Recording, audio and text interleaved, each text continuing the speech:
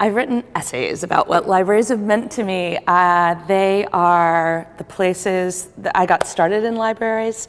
Also, my sister was a librarian, my cousin's a librarian, my grandmother was a librarian, lots of librarians in the family. And of course, reading has always been so important in my life. And we lived in England and went to the small local library when I was young, and then we moved to Maine, and the Bangor Public Library was a place that we went every Saturday and took out piles and piles of books. And we didn't have much money when I was growing up, but we always knew that we could go and have a sort of world of adventures for us at the library.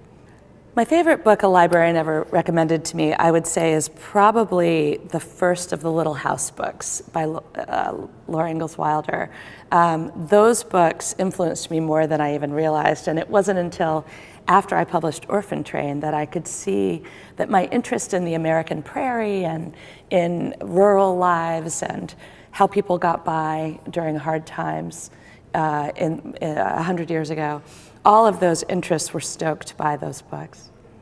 There are a lot of books I come back to again and again, and I think that my writing brain was probably developed most in the years after college when I went to graduate school in England. I did a master's in literature, but I really just immersed myself in big 19th century novels for 2 years. I read Tolstoy and Flaubert and George Eliot, Henry James, and then I started reading the modernists in the early 20th century, Virginia Woolf and D.H. Lawrence and Ezra Pound, and I read Ulysses and James Joyce, of course. And I think that those books probably have influenced me more than anything. I frequently reread Madame Bovary and Anna Karenina to sort of see what I can bring to it now that as I get older. So I carry them everywhere I go. I just read an amazing book by Min-Jin Lee, who is this incredible writer, Korean-American writer, who wrote a book called Pachinko, a novel, which explained to me, finally I understand, what the relationship has been historically between Japan and Korea.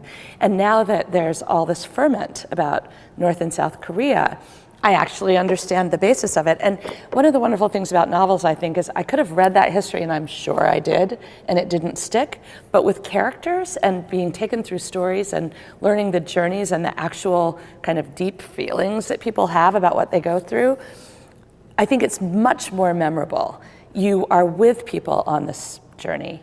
And so in that book, I just loved being transported into this world and seeing what it's really like to be a Korean person in Japan and to deal with incredible prejudice and discrimination.